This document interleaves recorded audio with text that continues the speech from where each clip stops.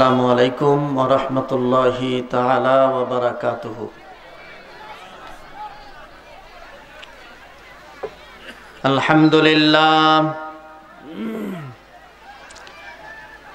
আলহামদুলিল্লাহি নাহমাদুহু ওয়া নাস্তাঈনুহু ওয়া নাস্তাগফিরুহু ونعوذ بالله من شرور أنفسنا ومن سيئات أعمالنا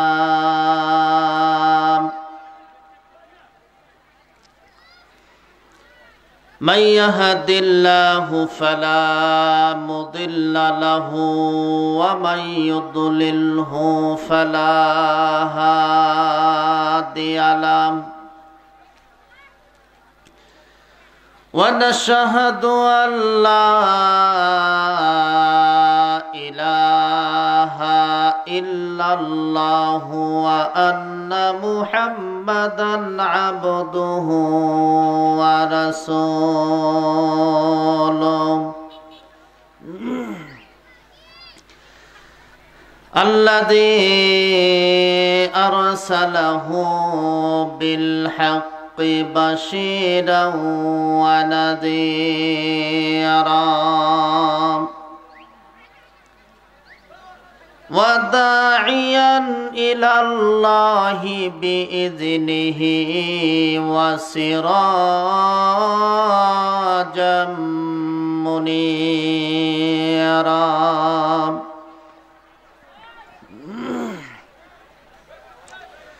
فقد قال الله تعالى في كلامه المجيد وفرقانه الحميد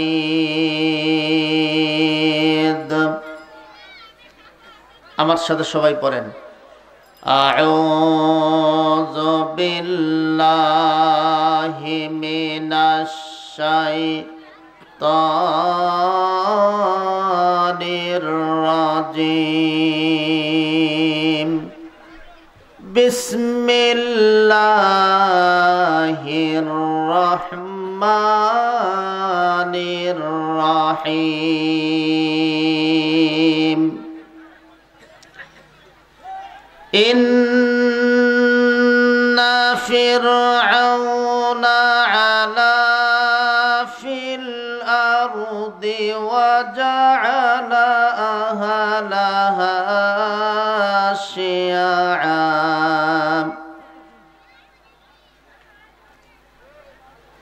وجعل أهلها شيعا يستضعف طائفة منهم يذبح أبناءهم ويستحيي نساءهم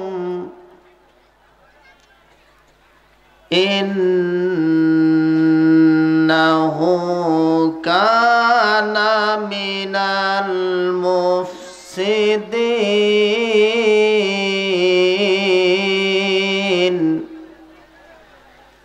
ونريد أن نمن على الذين استضعفوا في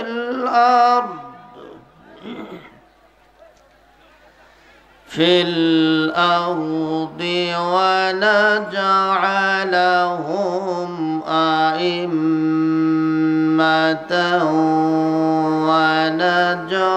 ونجعلهم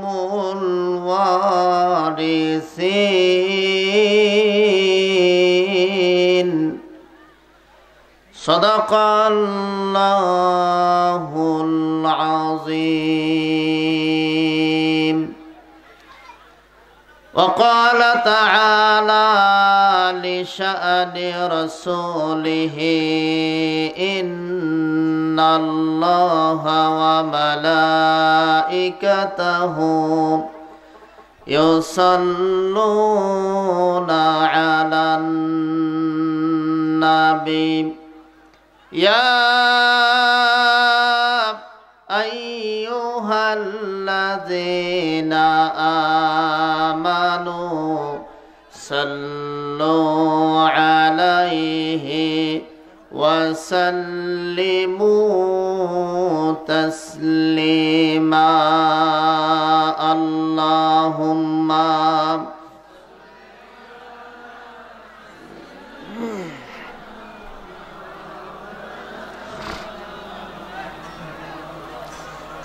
وعلى آله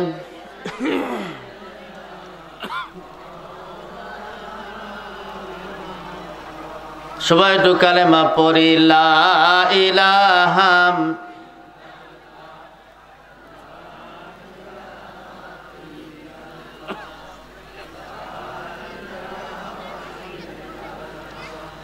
লা ইলাহা ইল্লাল্লাহু মুহাম্মাদুর রাসূলুল্লাহ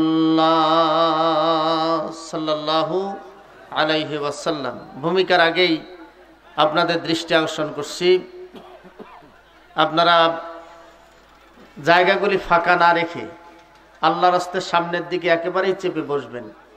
এরপরেই লোকজন এসে বসবে পেছনে, পরে যেন আর ডিস্টার্ব না হয় এজন্য আল্লাহর রাস্তায় কেউ আর ফাঁকা জায়গা সামনে রাখবেন না। পেছনে অনেক ভাইয়েরা আছেন, আপনারাও সামনের দিকে এগিয়ে আসবেন। রাস্তায় যে ভাইয়েরা ঘোরাফেরা করছেন, একজন ভাইও আর রাস্তায় গ্যামজাম করা যাবে না। গেটের সামনে যে সমস্ত ভাইয়েরা আছেন, একজন ভাইও আর গেটের সামনে দাঁড়ায় থাকবেন না, ঘোরাফেরা করতে দেবেন না। আমাদের কিছু ছেলে আছে যারা টোটো কোম্পানির ম্যানেজারের মতো ওয়াজবাড়িতে ঘুরে বেড়াইছে, আছে না এরকম রাস্তা? এই টোটো কোম্পানির ম্যানেজার যে সমস্ত ছেলে আছে, কর্তৃপক্ষকে অনুরোধ করব তাদেরকে রাস্তায় ঘুরতে না দিয়ে ভিতরে ঢুকাই দেন। এরা ওয়াজ শুনিবার আইসে নাই, আমরা দেখি বেড়াচ্ছি, মনে করছে যে এটাও বোধহয় ওই যে দেবীহাটি নাকি, দেবীহাটির যেমন সারাদিন ঘুরে, আমরা মনে করছি যে এটাও বোধহয় দেবীহাটি। আছে না নাই এরকম? হ্যাঁ, কাজেই যে ভাইরা রাস্তায় ঘোরাফেরা করছেন, একজন ভাইও আর রাস্তায় থাকবেন না। আপনারা একটু আল্লাহ রাস্তার সামনের দিকে এগিয়ে আসেন, পেছনে জিয়াপত বাড়ির মতো না বসিয়ে আল্লাহ রাস্তায় আইসেন। ওয়াজে যখন শুনিবেন তা নিয়ত যখন ভালো, তার অসুবিধে কি? পেছনে যে ভাইরা আছেন সামনের দিকে এগিয়ে আসেন। পড়ি লা ইলাহা, এই যে সামনে আরো আগান, ওখান জায়গা ফাঁকা থিয়া লাভ কি? সামনের দিকে এগিয়ে আসেন। পড়ি লা ইলাহা, আপনারা একটু আগায় আসেন। তোমরা মনে করছে আমরা জাম্মুবাড়ি বসছি, তার আগাই কেন? সামনের দিকে আগে আইসেন, অসুবিধা নেই, আইসেন। মানে জাম্মুবাড়ি কাউ বসছে, তার নড়ি বেড়েছে আছে না, জায়গা গরম হয়ে গেছে। আইসেন, সামনের দিকে এগিয়ে আসেন। এই জায়গাটা পূরণ করে ফেলান, এই জায়গাটা পূরণ করে ফেলান, সামনের দিকে এগিয়ে আসেন। পড়ি লা ইলাহা,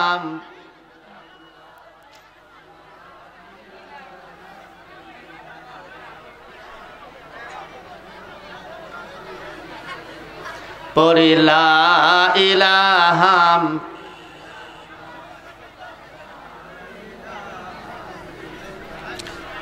লা ইলাহা ইল্লাল্লাহু মুহাম্মাদুর রাসূলুল্লাহ সাল্লাল্লাহু আলাইহি ওয়াসাল্লাম। গড় ধর্মপাল বাইতুন নূর জামে মসজিদ এর উদ্যোগে আয়োজিত ঐতিহাসিক তাফসিরুল কোরআন মাহফিলের সম্মানিত সভাপতি, অত্র ইউনিয়নের সুযোগ্য চেয়ারম্যান, সবার প্রাণপ্রিয় ব্যক্তিত্ব জনাব জামিনুর রহমান, আল্লাহ তাআলা তার হায়াতে তাইয়্যিবা দান করুক, সবিল আল্লাহুম্মা আমিন। আজকের মাহফিলের সম্মানিত প্রধান অতিথি, গণমানুষের নেতা, নীলফামারী 3 আসনের মাননীয় সংসদ সদস্য জনাব অধ্যাপক গোলাম মোস্তফা, আজকের মাহফিলের সম্মানিত উদ্বোধক জলঢাকা উপজেলা পরিষদের সম্মানিত উপজেলা চেয়ারম্যান জনাব আলহাজ সৈয়দ আলী, আজকের মাহফিলের সম্মানিত শুভেচ্ছা বক্তব্য যিনি রাখবেন, স্বাগতম বক্তব্য রাখবেন বিশিষ্ট সমাজসেবক জলঢাকার নন্দিত জননেতা জনাব মোহাম্মদ ফয়সাল হোসেন মুরাদ এবং জনাব মোহাম্মদ শাহেদ আলী। আল্লাহ তাআলা তাদের সবার হায়াতে তাইয়্যিবা দান করুক, সবিল আল্লাহুম্মা আমিন। আজকের মাহফিলের পৃষ্ঠপোষক বিশিষ্ট সমাজসেবক, অত্র এলাকার বিশিষ্ট ব্যক্তিত্ব জনাব মোহাম্মদ মোবারক আলী সহ সম্মানিত বিশেষ অতিথিবৃন্দ, আজকের মাহফিলের সম্মানিত পরিচালক আমেরিকা প্রবাসী অত্র এলাকার সুযোগ্য সন্তান জনাব মোহাম্মদ শাহনুর আলম সহ আমন্ত্রিত অতিথিবৃন্দ, সম্মানিত অত্র মাহফিলের ইন্তেজামিয়া কমিটির সদস্যবৃন্দ, মসজিদের কমিটিবৃন্দ, আজকের মাহফিলের সম্মানিত প্রধান আকর্ষণ, প্রধান মুফাসসির, সুদূর ঢাকা থেকে আগত বিভিন্ন চ্যানেলের আলোচক, বিভিন্ন মিডিয়ায় যিনি আলোচনা করেন, ATN Bangla, Bangla vision, channel 9, এগুলিতে তিনি নিয়মিত আলোচনা করেন, আপনারা যাকে দেখেন টিভিতে, এবং আমাদের বাংলাদেশ জাতীয় মুফাসসির পরিষদ ঢাকা বিভাগের সংগ্রামী সেক্রেটারি, বিশিষ্ট আলেমে দ্বীন, ইসলামী আন্দোলনের বীর সিপাহ সালার হযরতুল আল্লাম হযরত মাওলানা আব্দুল মান্নান আল আনসারী, হযরত মাওলানা আব্দুল মান্নান আনসারী সারা দেশের সুপ্রিয় জনপ্রিয় মুফাসসিরে কোরআন। আল্লাহ তাআলা তার মেধা, তার কণ্ঠ, তার যোগ্যতাকে জাতির জন্য কবুল করুক, সবিল আল্লাহুম্মা আমিন। সম্মানিত অন্যান্য উলামা ইকরাম, সুধীবৃন্দ, সামনে উপবিষ্ট দিনদার ইমানদার মুসলিম ভাইয়েরা, স্যাটেলাইটের সামনে অবস্থানরত আমার সম্মানিত মা এবং বোনেরা, সম্মানিত অত্র এলাকাবাসী, প্রাণপ্রিয় যুবক ভাইয়েরা, প্রশাসনিক দপ্তরের সদস্যবৃন্দ, সবাইকে অন্তরের অন্তঃস্থল থেকে দোয়ার নিয়তে আরেকবার সালাম জানাই। আসসালামু আলাইকুম ওয়া রাহমাতুল্লাহি ওয়া বারাকাতুহু। সম্মানিত ভাইরা, শুরুতেই মহান মাবুদের দরবারে শুকর গুজার করি যে আল্লাহ জাল্লা শানুহু দয়া করে, মায়া করে, পৃথিবীর শত ব্যস্ততাকে উপেক্ষা করে কোরআনের কিছু কথা বলা এবং শোনার আজকের এই পরিবেশ সৃষ্টি করে দিলেন। সেই মহান মাবুদের দরবারে আমরা সবাই শুকর গুজার করি। কণ্ঠকে উজাড় করে পুরোশোচিত কণ্ঠে আমরা সবাই আল্লাহর শুকরিয়া জ্ঞাপন করি, পড়ি আলহামদুলিল্লাহ। আর একটু জোরে সোরে আলহামদুলিল্লাহ। দরুদ ও সালাম রাহমাতাল লিল আলামিন, আশরাফুল আম্বিয়া, সাইয়্যিদুল মুরসালিন, জনাবে মুহাম্মদুর রাসূল সয়পরি সাল্লাল্লাহু আলাইহি ওয়াসাল্লামের প্রতি। আমার তো মনে হয় যে আমি আপনাদের সবার পরিচিত। আমাকে চেনে না এরকম মনে হয় শ্রোতা এখানে আজকে পাওয়া যাবে না, তাই না? কাজেই বিগত দিনেও অনেকখানি আলোচনা করা হয়েছে, আজকেও সংক্ষিপ্ত আকারে কিছু আলোচনা পেশ করা হবে ইনশাআল্লাহ। খুব দ্রুততম সময়ে আজকের প্রধান মুফাসসিরকে, তিনি অত্যন্ত কষ্ট করে ঢাকা থেকে এসেছেন, তিনি আমাদের মাঝে আলোচনা পেশ করবেন ইনশাআল্লাহ।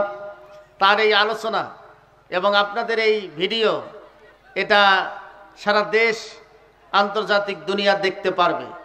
নেটের মাধ্যমে, ইন্টারনেটের মাধ্যমে এটাকে ছড়ায় দেওয়া হবে। আপনারা দেখেছেন যে নেটের ব্যবস্থাপনাও করা হয়েছে। কাজেই আজকের যারা শ্রোতা আছেন, বিশেষ করে যুবক ভাইদের সারা এটা আমাদের অত্যন্ত প্রয়োজন। যুবক ভাইরা যদি বৃদ্ধের মতো হয়ে যায়, বুড়া মানুষের মতো কণ্ঠ হয়, তাহলে কিন্তু আজকের প্রোগ্রামটা সারা জাগাবে না, ঠিক কিনা? এই জন্য যুবক ভাইরা যারা আছেন, আমি অনুরোধ করব, যেহেতু এটা নেটে চলে যাবে, এজন্য আপনাদের ব্যাপক সারার প্রয়োজন, আপনাদের আওয়াজের প্রয়োজন। একবারে মরা মানুষের মতো ওয়াজ শুনে কোনো লাভ নেই, ঠিক না? মরা মানুষের মতো ওয়াজ না শুনে অন্তত একটু জেন্দা মানুষের মতো ওয়াজ শুনতে হবে। এই মানসিকতা নিয়ে, টেন্ডেন্সি নিয়ে আমাদেরকে আজকের আলোচনা শুনতে হবে। প্রধান মুফাসসির আজকে অত্যন্ত গুরুত্বপূর্ণ আলোচনা আপনাদের সামনে পেশ করবেন ইনশাআল্লাহ। সম্মানিত ভাইরা,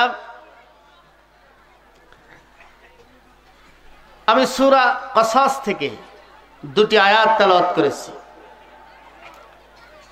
কয়েকদিন আগে এই দুই আয়াতের উপরে 2 দিন তাফসীর করতে গেছি। কাজেই সংক্ষিপ্ত আকারে কিছু কথা বলতে চাই। আজকে গোটা পৃথিবীতে ইসলাম এবং মুসলমান, ইসলাম যেমন নিরাপদ নয়, গোটা পৃথিবীতে আজকে মুসলমানরাও ঠিক তেমনই নিরাপদ নয়, ঠিক কিনা বলেন? ইসলাম এবং মুসলমান দুইটাই আজকে গোটা পৃথিবীতে নিরাপদ নয়। আমরা যেটা দেখছি যে মুসলমানদের মাঝে দলাদলি, মুসলমানদের মাঝেই বিভিন্ন গ্রুপ, দল, উপদল সৃষ্টি হয়েছে। শত শত দল শুধু মুসলমানদের মাঝেই তৈরি হয়েছে। এই রাজনৈতিক কারণে মুসলমানদের মাঝে দল তৈরি হয়েছে, ধর্মীয় কারণে মুসলমানদের মাঝে দল তৈরি হয়েছে, সাংস্কৃতিগত কারণে মুসলমানদের মাঝে নানান দল উপদল বিভক্ত হয়ে গেছে। আমরা মুসলমানরা আজকে শত দলে ভাগ হয়ে গেছি। আর এই শত দলে ভাগ হওয়ার কারণে, মুসলমানরা বিচ্ছিন্ন হওয়ার কারণে আজকে মুসলমানদের উপরে ষড়যন্ত্র করা ইহুদি এবং খ্রিস্টানদের জন্য, বাতিলদের জন্য অত্যন্ত সহজ হয়ে গেছে, ঠিক কিনা বলেন? আন্তর্জাতিক দুনিয়ায় যে সমস্ত রাষ্ট্রগুলিতে আজকে মুসলমানরা নির্যাতিত হচ্ছে, নিষ্পেষিত হচ্ছে, মুসলমানদের রক্ত ঝরছে, মুসলমানদেরকে খুন করা হচ্ছে, জেল জুলুম দেওয়া হচ্ছে, মুসলমানদেরকে ফাঁসির মঞ্চে ঝুলানো হচ্ছে, এই মুসলমানদের উপরে এই নিদারুণ নির্যাতন, নিষ্পেষণ, এই বর্বরতা, এই নিষ্ঠুরতা, এটা পৃথিবীর কোনো হিন্দু করছে না, পৃথিবীর কোনো খ্রিস্টান করছে না, ইহুদি করছে না, বরং মুসলমানদেরই একটা গ্রুপ এই কাজগুলি করে যাচ্ছে, ঠিক কিনা বলেন? আর একটু জোরে বলতে হবে, ঠিক কিনা?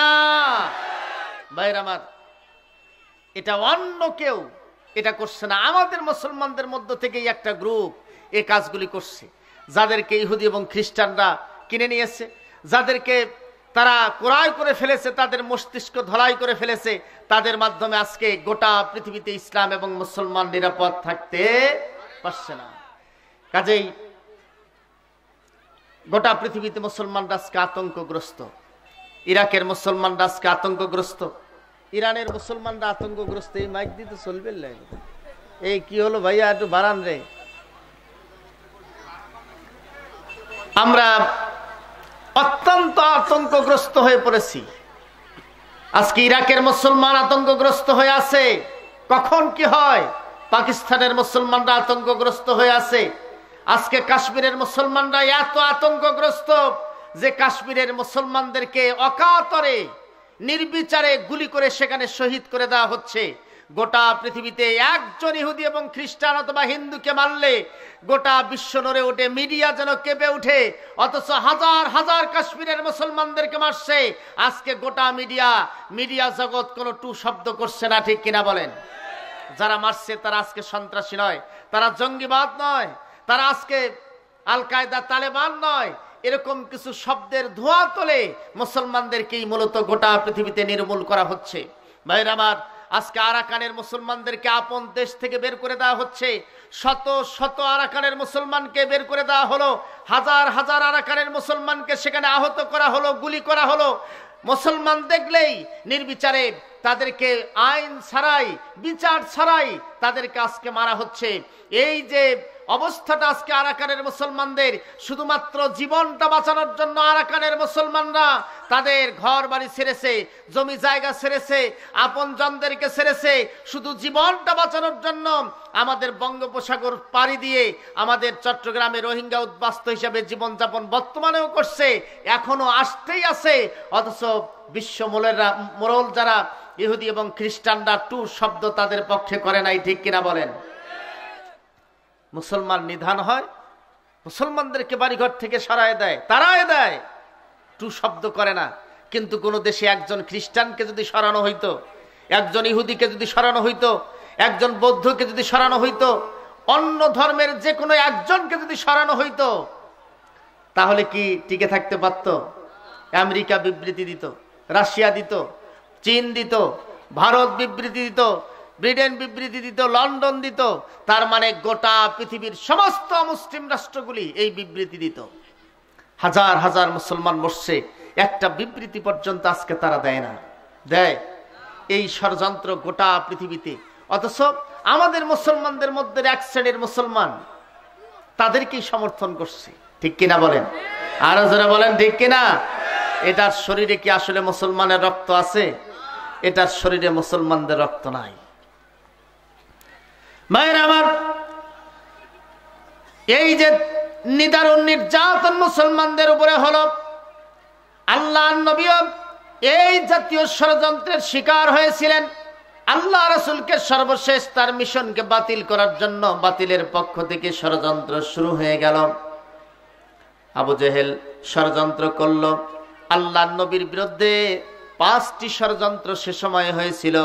আল্লাহ রাসূল এরকম একটি সময় গিয়েছে মুসলমানদেরকে মক্কার ভিতরে টিকে থাকতে পারে নাই। আল্লাহ রাসূলের নেতৃত্বে শিয়াবে আবি তালিবের ভিতরে আল্লাহ রাসূল সহ অসংখ্য মুসলমানকে 3 বছর পর্যন্ত বন্দী জিন্দেগি যাপন করতে হয়েছে। তারা জেলখানার ভিতরে আবদ্ধ ছিল শিয়াবে আবি তালিবের ভিতরে। সেইখান থেকে ফিরে আসলো, মুসলমানদের উপরে নির্যাতনের মাত্রাটা বেড়ে গেল। আল্লাহর নবী জাফর বিন আবি তালিবের নেতৃত্বে একটা গ্রুপকে আর মক্কার ভিতরে রাখতে পারলেন না। তাদেরকে বললেন, তোমরা এবারে চলে যাও। তাদেরকে হিজরত করার জন্য আবিসিনিয়ায় পাঠিয়ে দেওয়া হলো। আল্লাহ রাসূল সব কিছু মুসলমান তখন পর্যন্ত মক্কার ভিতরে অবস্থান করছিল। যারা মক্কার ভিতরে অবস্থান করছে সেই সমস্ত মুসলমানদেরকে হত্যা করার জন্য নির্মম নির্যাতন চালানো হলো। হযরতে সুমাইয়াকে নির্যাতন করা হলো, হযরতে বেলালকে নির্যাতন করা হলো, হযরতে খাব্বাবকে নির্যাতন করা হলো, হযরতে খুবাইবকে গাছের সাথে বেঁধে তীর দিয়ে তাকে শহীদ করে দেওয়া হলো। উপর থেকে পাথর গড়ায় দিয়ে আল্লাহর নবীকে পর্যন্ত। আবু জেহেল এই সিদ্ধান্ত নিচ্ছিল তার পার্লামেন্টে। আবু জেহেলের সেই সময়ের পার্লামেন্টে ছিল, পার্লামেন্টের নাম ছিল দারুন নদওয়া। এই দারুন নদওয়ায় আবু জেহেলের 49 জন সদস্য মিলে পার্লামেন্ট ছিল। সেখানে এই মুসলমানদেরকে নির্যাতন নিষ্পেষণ করার জন্য বারংবার এভাবে তারা সিদ্ধান্ত সেখানে গ্রহণ করলো। আল্লাহর নবী এবং সাহাবারা এমন একটি দিশেহারা আতঙ্ক অবস্থায় পড়ে গেলেন, কি হবে, কি করা সম্ভব হবে। আল্লাহর নবীকে এসে সাহাবারা জিজ্ঞেস করছিলেন, ইয়া রাসূলুল্লাহ, আমরা তো মনে হয় আর 1 ইঞ্চি পরিমাণ এগুতে পারছি না। আবু জেহেলকে প্রতিহত করার ক্ষমতা আমাদের নাই। আবু জেহেল যে নির্যাতন নিষ্পেষণ আমাদের উপরে করছে, এই নির্যাতন নিষ্পেষণ আমরা তো প্রতিহত করতে পারতেছি না। আবু জেহেল যা করছে এটার কোনো প্রতিবাদ আমরা করতে পারতেছি না, আবার সহ্য করাও সম্ভব নয়। দিন দিন আমাদের সংখ্যা আর বাড়ানো সম্ভব হচ্ছে না, আমাদের গতি যেন স্থবির হয়ে গেছে। এই মুহূর্তে আমরা কি করতে পারি, এরকম একটি আতঙ্কগ্রস্ত অবস্থা সৃষ্টি হয়েছিল। আল্লাহ রাব্বুল আলামিন সেই সময় আল্লাহর নবীকে সান্ত্বনা দেওয়ার জন্য সূরা আল কাসাস অবতীর্ণ করলেন। আল্লাহর নবীকে আল্লাহ তাআলা সান্ত্বনা দিলেন, মুসলমানদেরকে সান্ত্বনা দিলেন, এমন সান্ত্বনা দিলেন কিয়ামত পর্যন্ত এই অবস্থা মুসলমানদের জন্য কখন চলবে, কিভাবে চলবে, কয়টা ষড়যন্ত্র হবে, সব বিষয়ে দৃষ্টান্ত দিয়ে আল্লাহ তাআলা এই সূরা অবতীর্ণ করেছেন। বলেন সুবহানাল্লাহ। আল্লাহর নবীকে আল্লাহ তাআলা জানায় দিলেন, হে রাসূল, আপনার বিরুদ্ধে এবং মুসলমানদের বিরুদ্ধে আজকে ষড়যন্ত্র করা হচ্ছে। এই ষড়যন্ত্র আপনার নবুয়ত পাওয়ার 40 বছর পরে ষড়যন্ত্র শুরু হয়েছে। কিন্তু এমনও সময় ছিল যে সময়ে মুসলমানদের বিরুদ্ধে, আল্লাহর নবীর বিরুদ্ধে, দ্বীনের বিরুদ্ধে ষড়যন্ত্র হয়েছিল। নবী জন্মগ্রহণ করার আগেই ষড়যন্ত্র শুরু হয়েছে। হে রাসূল, আপনার বিরুদ্ধে ষড়যন্ত্র হলো, 40 বছর পর্যন্ত আপনি জীবনযাপন করলেন, 40 বছর পরে আপনাকে নবুয়ত দেওয়া হলো। এই নবুয়তের দায়িত্ব পালন করতে গিয়ে আপনার বিরুদ্ধে ষড়যন্ত্র হয়েছে। কিন্তু এমনও নবী পৃথিবীতে ছিলেন যারা জন্মগ্রহণ করেন নাই, জন্মগ্রহণ করার আগেই সেই নবীর বিরুদ্ধে ষড়যন্ত্র শুরু হয়েছে। সেই নবীদের মধ্যে একজন হলো হযরতে মূসা। বলেন সুবহানাল্লাহ। হযরতে মূসা, তিনি জন্মই নেন নাই, জন্ম নেওয়ার আগেই হযরতে মূসার বিরুদ্ধে ষড়যন্ত্র শুরু হয়েছে যেন জন্মগ্রহণ করতে না পারে। ঠিক কিনা বলেন? জন্মগ্রহণ যেন করতে না পারে, এজন্য হযরত মূসার বিরুদ্ধে ষড়যন্ত্র শুরু হয়ে গেল। ভাইরা আমার, হযরতে মূসা আলাইহিস সালামের বিরুদ্ধে জন্মগ্রহণের আগেই সেই সময়ে শুরু হয়ে গেল হযরতে মূসা যেন জন্মগ্রহণ করতে না পারে, যার কারণে প্রত্যেকটি বাড়িতে বাড়িতে সেই সময়ে হযরতে মূসা যেন জন্ম নিতে না পারে, ফেরাউন প্রত্যেকটি বাড়িতে বাড়িতে হযরতে মূসা আলাইহিস সালাম জন্ম নিতে না পারে পাহারা বসায় দিলেন।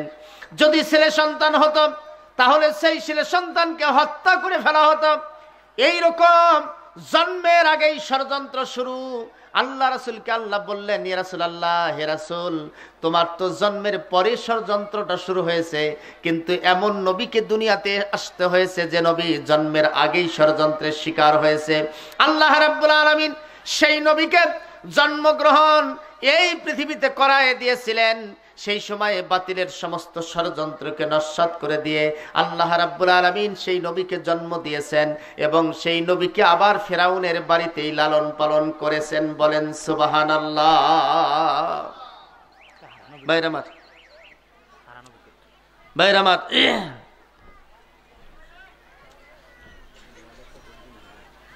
ও একটা মোবাইল ফোন হারিয়ে গেছে, কেউ যদি পায় তাহলে মঞ্চে জমা দেওয়ার জন্য বলা যাচ্ছে। এটা কি মহিলাদের? মহিলা প্যান্ডেলে একটা মোবাইল হারিয়ে গেছে। কোনো বোন যদি পেয়ে থাকেন অথবা কোনো ভাই যদি পেয়ে থাকেন তাহলে মঞ্চে জমা দেবেন। ভাইরা আমার, বুঝতেই পারতেছেন হযরতে মূসা জন্ম নিল। আল্লাহ তাআলা হযরতে মূসাকে লালন পালন করালো ফেরাউনের বাড়িতে। ঠিক কিনা বলেন? কার বাড়িতে? ফেরাউনের বাড়িতে লালন পালন করাইছেন। এই অবস্থাটা করেছেন কে? আল্লাহ তাআলা এই অবস্থা করেছেন যে মূসা তার জন্মই যেন নিতে না পারে।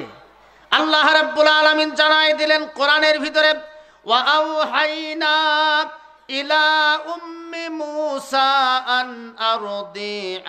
আরদিহি ফাইযা খিফতি আলাইহি ফাআলকিহি ফিল ইয়াম্মি ওয়ালা তাখাফি ওয়ালা তাহজানি ইন্না রাদ্দুহু ইলাইকি ওয়াজাইলুহু মিনাল মুরসালিন। বলেন আল্লাহু আকবার।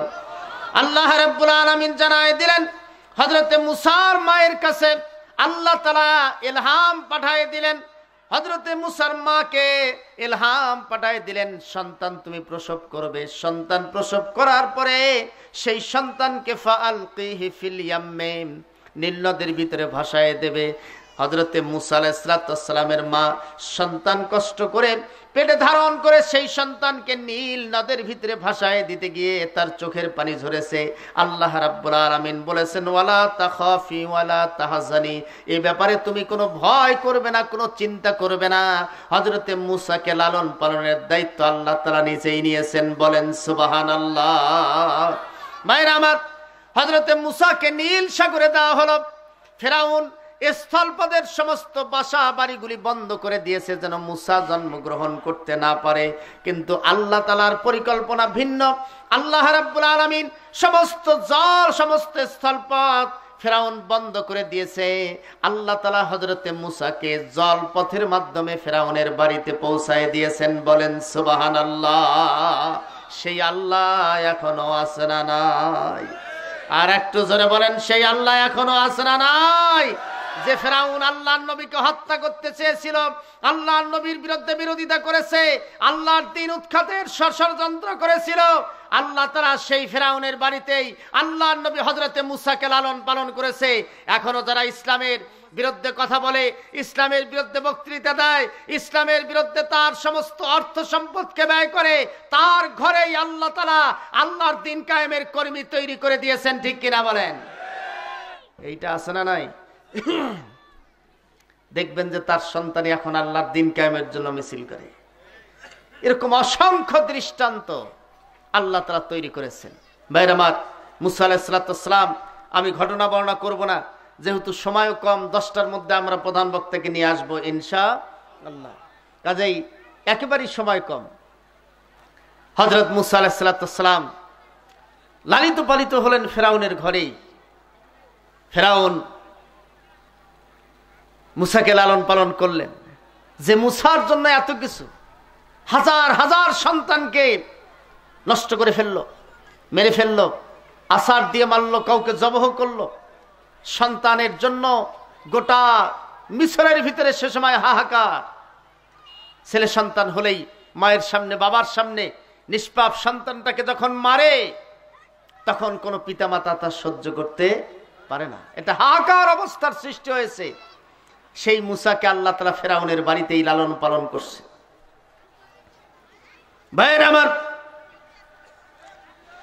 হযরতে মুসা আলাইহিস সালাম ফেরাউনের বাড়িতে লালন পালন হচ্ছে।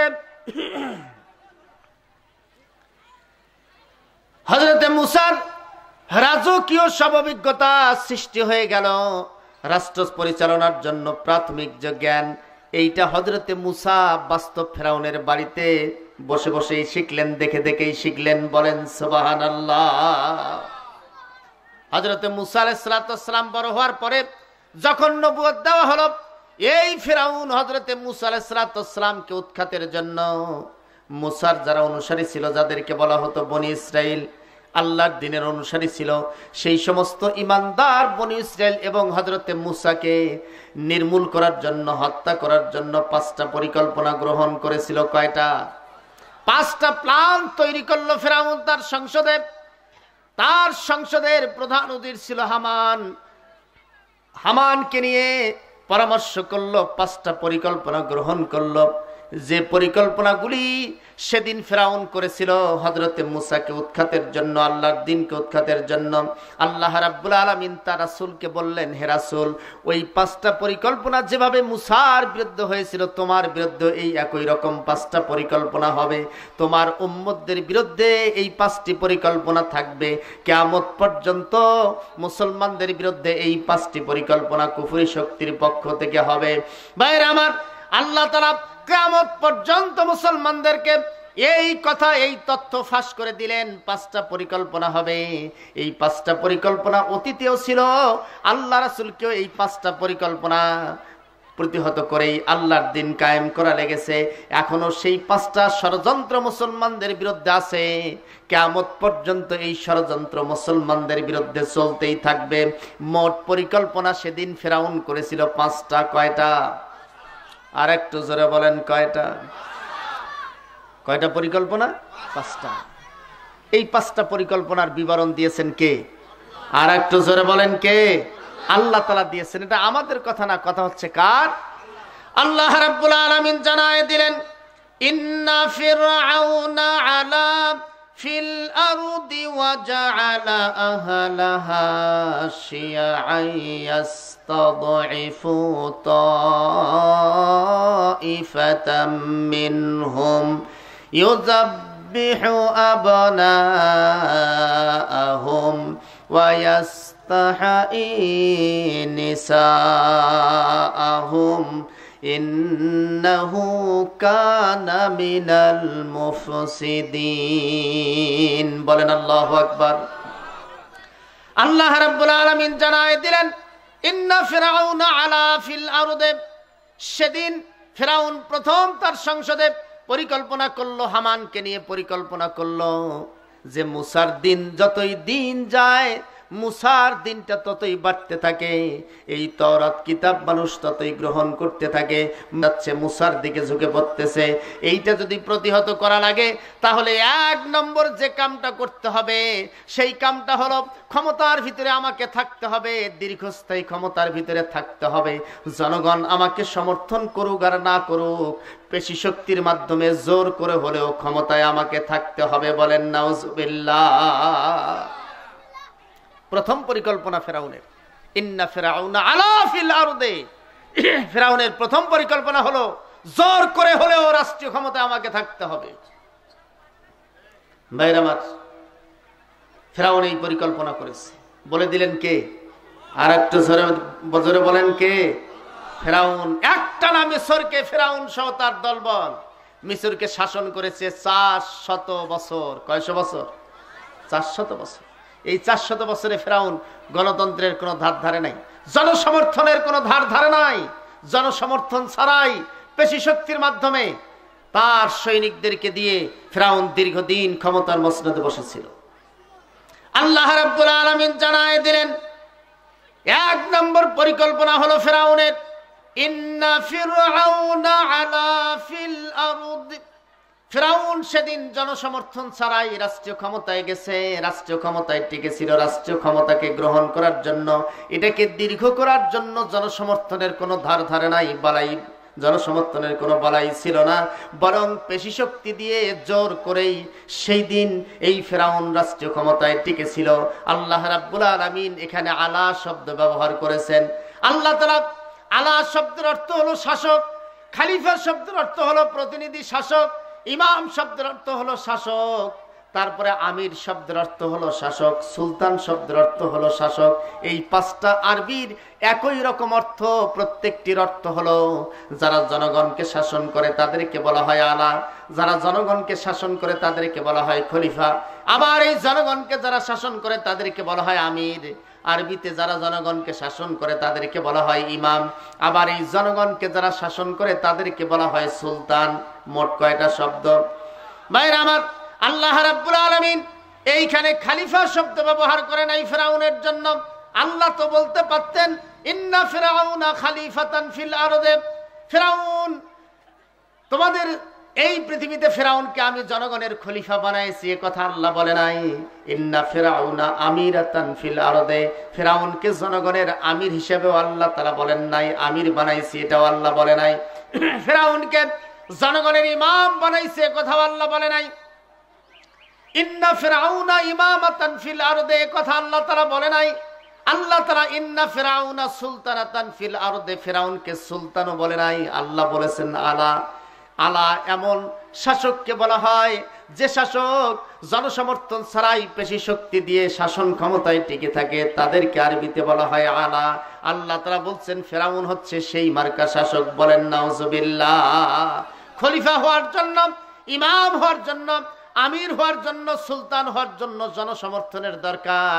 জনসমর্থন ছাড়া কখনোই খলিফা হওয়া যায় না, জনসমর্থন ছাড়া আমির হওয়া যায় না, জনসমর্থন না থাকলে ইমাম হওয়া যায় না। মসজিদের ইমামও যদি জনসমর্থন না থাকে ইমামতি থাকবে? আরো জোরে বলেন থাকবে? জনসমর্থন ছাড়া সুলতান হওয়া যায় না। আল্লাহ তাআলা বলছেন যে এটা এমন এক শাসক যেটা জনসমর্থনের ধার ধারতো। আর যারাই জনসমর্থন ছাড়াই রাষ্ট্রীয় ক্ষমতায় টিকে থাকে তাদের দ্বারা ইসলাম এবং আল্লাহর দ্বীন কখনোই নিরাপদ থাকতে পারে।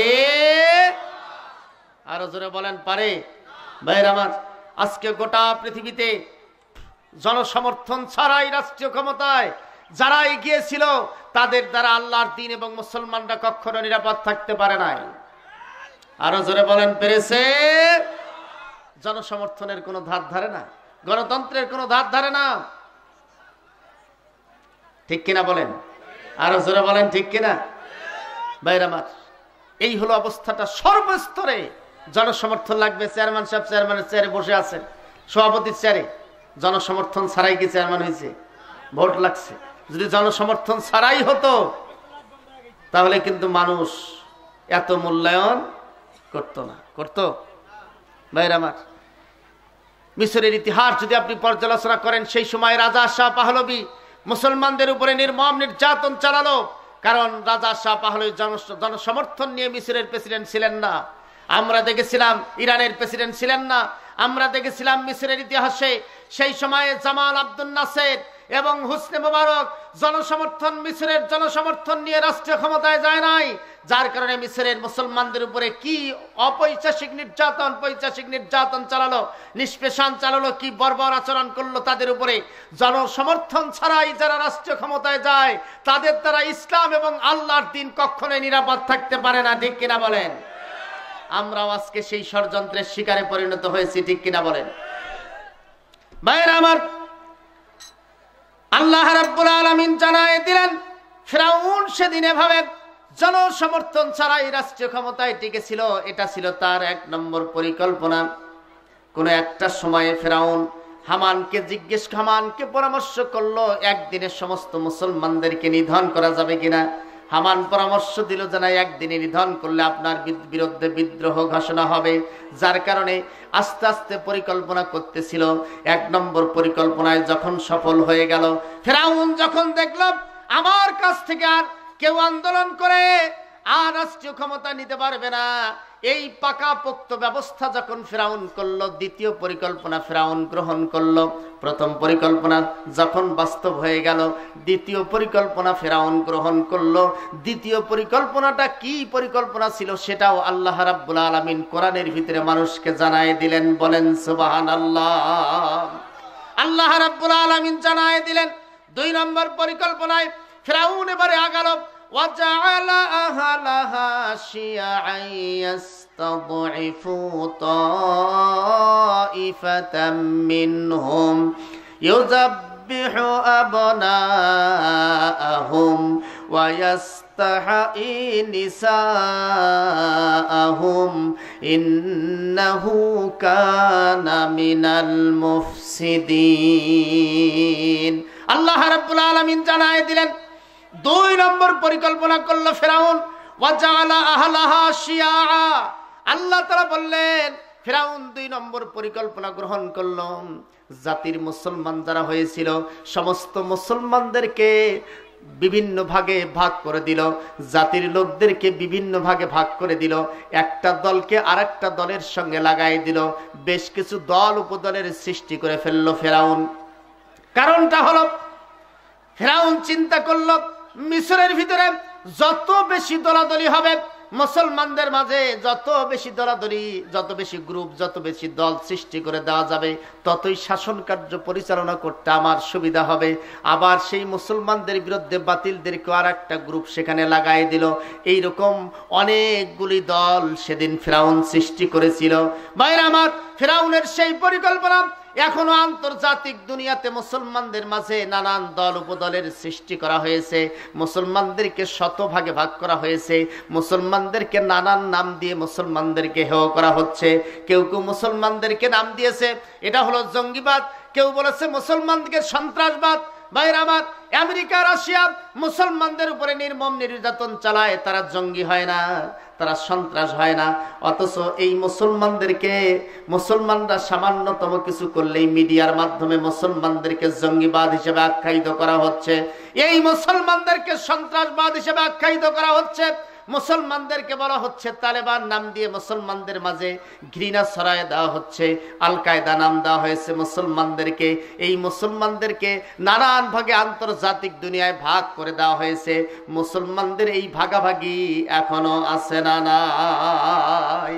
ভাইরা আমার, মুসলমানদের কারো নাম দেওয়া হলো এটা হলো মৌলবাদ, কাউকে বলা হলো এটা হলো নাস্তিক, এটা হলো ব্লগার, কাউকে নাম দেওয়া হয়েছে এটা হচ্ছে স্বাধীনতার পক্ষে, কাউকে দেওয়া হয়েছে এটা স্বাধীনতার বিপক্ষে, কাউকে দেওয়া হয়েছে এটা হচ্ছে প্রজন্ম। এরকম করে নানান ভাগে ভাগ করে গোটা দুনিয়ার মুসলমানদেরকে শতভাগে ভাগ করেছে। কারণটা হলো মুসলমানদের মাঝে ভাগাভাগি হলে, দলাদলি হলে মুসলমানদেরকে শাসন করাটা অত্যন্ত সুবিধা হয়ে যাবে। যার কারণে মুসলমানদেরকে রাজনৈতিকভাবে ভাগ করা হলো, আবার ধর্মীয় অনুভূতিতে মুসলমানদেরকে ভাগ করা হলো। কাউকে দেওয়া হলো যে এটা তাবলিগ জামাত, আর একটা দেওয়া হয়েছে এটা পীরপন্থী, এটা হলো বাউলপন্থী, এটা হলো এটা হলো খারেজি পন্থী, এটা হলো কওমি পন্থী, এটা হলো দাওবন্দি পন্থী, এরকম করে অসংখ্য ভাগে মুসলমানদেরকে বিভক্ত করে একটা গ্রুপের সঙ্গে আর একটা গ্রুপ লাগাই দিয়ে যারা শাসন করছে তারা অত্যন্ত সুবিধায় শাসন করতে পারছে, ঠিক কিনা বলে? তারা কিছু আলেমও কিনে নিয়েছে, নেয় নাই? নেয় নাই? বাইরে আমার এরকম করে নানান ভাগ, নানান দল আজকে মুসলমানদের মাঝে করা হচ্ছে। আন্তর্জাতিক দুনিয়ায় এই ষড়যন্ত্র এখনো মুসলমানদের মাঝে মাঝে চলছে। আমরা তো সবাই মুসলমানরা ভাই, আমাদের মাঝেই কিন্তু হানাফি বের হয়েছে, শাফি বের হয়েছে, এই দ্বন্দ্ব সৃষ্টি করা হচ্ছে। আজকে হাম্বলি এটা বলে শাফি, এটা চলবে না, এই নানান বাহাস বাগ বিতণ্ডা এরকম করে গোটা মুসলিম সমাজটাকে শত ভাগে ভাগ করে দিয়ে যারা শাসন করছে তারা খুব আরামে আছে, ঠিক কিনা বলেন? আরো জোরে বলেন, ঠিক কিনা? একটার বিরুদ্ধে আরেকটা লাগাই দিতে পারলে ওই নিয়েই তো গ্যামজাম চলবে, এ পাশে দেখে কই। এই একটা অবস্থা আজকে গোটা পৃথিবীতে চলছে। আমরাও এই ষড়যন্ত্র থেকে মুক্ত নই। ভাইরা আমার, আমরা কি এই ষড়যন্ত্র থেকে মুক্ত? আরো জোরে বলেন, এই ষড়যন্ত্র থেকে মুক্ত? ভাইরা আমার, ফিরআউন সেদিন এত ভাগে ভাগ করলাম, হযরতে মুসা আলাইহিস সালাতু ওয়াস সালামের দলের একটা গ্রুপও বের করে ফেলল। আল্লাহ তাআলা একটা দৃষ্টান্ত দিয়ে দিলেন, কোরআনের ভিতরে একটা দৃষ্টান্ত দিয়ে দিলেন, যে দৃষ্টান্ত আল্লাহ তাআলা বললেন এমন অবস্থার সৃষ্টি করলো। মুসা আলাইহিস সালাতু ওয়াস সালাম নবী ছিলেন, সেই নবীর মধ্যেও সেই নবীর পক্ষ থেকেও একটা গ্রুপকে আল্লাহ তাআলা বললেন যে ফিরআউন আলাদা করতে সক্ষম হয়ে গেল। সেই গ্রুপের নেতৃত্ব দিল সেই লোকটার নাম হলো কারুন। কি নাম? আরো জোরে বলেন, কি নাম? কারুন। এই কারুনকে দিয়ে ফিরআউন কারুনকে ডেকে আনলো, নানান লোভ দিল। এই লোভ দিয়ে যখন দেখালো ভয়, এই ভয়ে এক সময় কারুন সর্বশেষ ফিরআউনের পক্ষে যাইতে বাধ্য হলো। আল্লাহ তাআলা কোরআনে সে কথা জানায় দিয়েছেন। আল্লাহ তাআলা জানায় দিলেন, ইন্না কারুনা কানা মিন কওমি মূসা ফাবাগা আলাইহিম ওয়া আতাইনাহু মিনাল কুনুজি মা ইন্না মাফাতিহাহু লাতানু বিল উসবাতি উলিল কুওয়া ইদ ক্বালা লাহু কওমুহু লা তাফরাহ ইন্নাল্লাহা লা ইউহিব্বুল ফারিহিন। বলেন আল্লাহু আকবার। আল্লাহ রাব্বুল আলামিন জানায় দিলেন, ইন্না কারুনা মিন কওমে মুকানা মিন কওমে মূসা। এই কারুন তো মূসার দলের লোকই ছিল।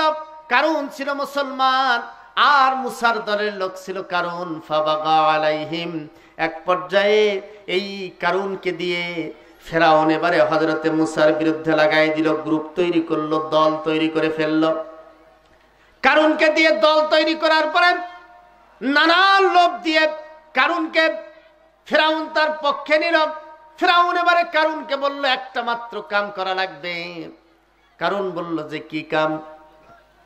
যে কামটা হলো, আমরা এত চেষ্টা করতেছি, এত দল উপদলের সৃষ্টি করে দিচ্ছি, এত ষড়যন্ত্র করতেছি, তারপরেও না দিন দিন মুসার দল বাড়তেই আছে। বলেন সুবহানাল্লাহ। মুসার দল বাড়তেই আছে। কারণ বললেন যে বাড়বেই তো, কারণ মুসার চরিত্র তো খুব ভালো, সে তো জীবনে মিথ্যা কথা বলে না, সে জীবনে সুদ খায় না, ঘুষ খায় না, দুর্নীতি করে না, সে মানুষকে ভালো উপদেশ দেয়, আখিরাতের কথা বলে, মানুষটি এমনি তার দিকে যাবে। ফিরআউন বলল যে এইটাই তো বড় দোষ, একটা কাম করা লাগবে, মুসাকে যেভাবেই হোক তার চরিত্রে একটা কলঙ্ক লেপন করতে হবে। বলেন নাউজুবিল্লাহ। সে কলঙ্কটা কি? যে একটা নারী কেলেঙ্কারির চরিত্র তাকে দিতে হবে, যেন জাতির লোকরা বলে যে এই মুসা এত ভালো, তো নারী কেলেঙ্কারি তার চরিত্রে ছিল, এটা যেন মানুষ মনে করে। ভাইরা আমার, দুই ধরনের এই পৃথিবীতে দুই ধরনের আলেম ওলামাদের উপরে নির্যাতন হবে। কয় ধরনের? দুই ধরনের। এক ধরনের হলো যারা কোরআনের কথা জানে, কোরআন বোঝে এবং এই কোরআনকে মানুষের সামনে স্পষ্ট করে তুলে ধরতে চায়, নবীদের সেই নীতি অনুসরণ করে সাহসিকতার সাথে কোরআনের কথা, হক কথাগুলি মানুষের সামনে বলবে। তাদের বিরুদ্ধে ষড়যন্ত্র হবে। এই সমস্ত নবীদের বিরুদ্ধে ষড়যন্ত্র হয়েছে, যারা আল্লাহর কিতাব নিজে ধারণ করেছে ওহির মাধ্যমে আর জনগণকে স্পষ্ট করে বলেছে, তাদের বিরুদ্ধে ষড়যন্ত্র হয়েছে। 2 নম্বর বৈশিষ্ট্য হলো, যে সমস্ত আলেম ওলামা নবীদের মতো করেই, নবীদের অনুসরণ করেই যে সমস্ত আলেম ওলামা আল্লাহর দ্বীনের কিতাব বুঝবে এবং জাতির নেতৃত্ব দেওয়ার মতো কোয়ালিটি থাকবে, তাদের বিরুদ্ধেই ষড়যন্ত্র হবে। ঠিক কিনা বলেন? যারা হক কথা মানুষের সামনে বলতে পারে না এবং জাতির নেতৃত্ব দেওয়ার মতো অ্যাবিলিটি যাদের নাই, এদের বিরুদ্ধে কোনো দিন কোনো ষড়যন্ত্র হবে না। এদের বিরুদ্ধে ষড়যন্ত্র হওয়ার কোনো প্রশ্নই নেই। এরা খুব ভালো, কিন্তু যারা এটা করবে তাদের বিরুদ্ধে ষড়যন্ত্র অতীতেও হয়েছে, আল্লাহ রাসূলের সময় হয়েছে, এখনো পৃথিবীতে হচ্ছে, কিয়ামত পর্যন্ত চলবে। ঠিক কিনা বলেন? ভাইরা আমার, হযরত মূসা আলাইহিস সালাতু ওয়াস সালাম, তার বিরুদ্ধে এবারে ষড়যন্ত্র শুরু হলো। তার চরিত্রে কলঙ্ক লেপন করার জন্য ষড়যন্ত্র চলছে। কারণকে বলল, যত অর্থ খরচ হোক না কেন, এই সমস্ত অর্থ তোমাকে যোগান দেওয়া যাবে, কিন্তু মূসার চরিত্রের বিরুদ্ধে, অবশ্য মূসার চরিত্রের ব্যাপারে মানুষের মাঝে সন্দেহের সৃষ্টি করা লাগবে, এই ব্যবস্থাপনাটা তুমি করো। এই গ্রুপকে দিয়ে, মুসলমানদের একটা গ্রুপকে দিয়ে আল্লাহর নবী মূসার চরিত্রের ভিতরে কলঙ্ক লেপনের জন্য এইবারে কারুনকে লাগানো হলো।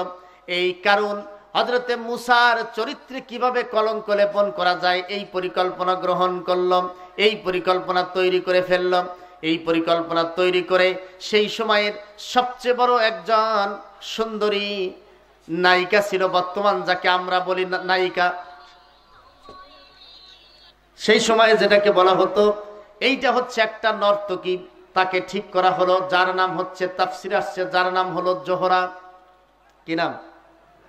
আর একটু জোরে বলেন, কি নাম?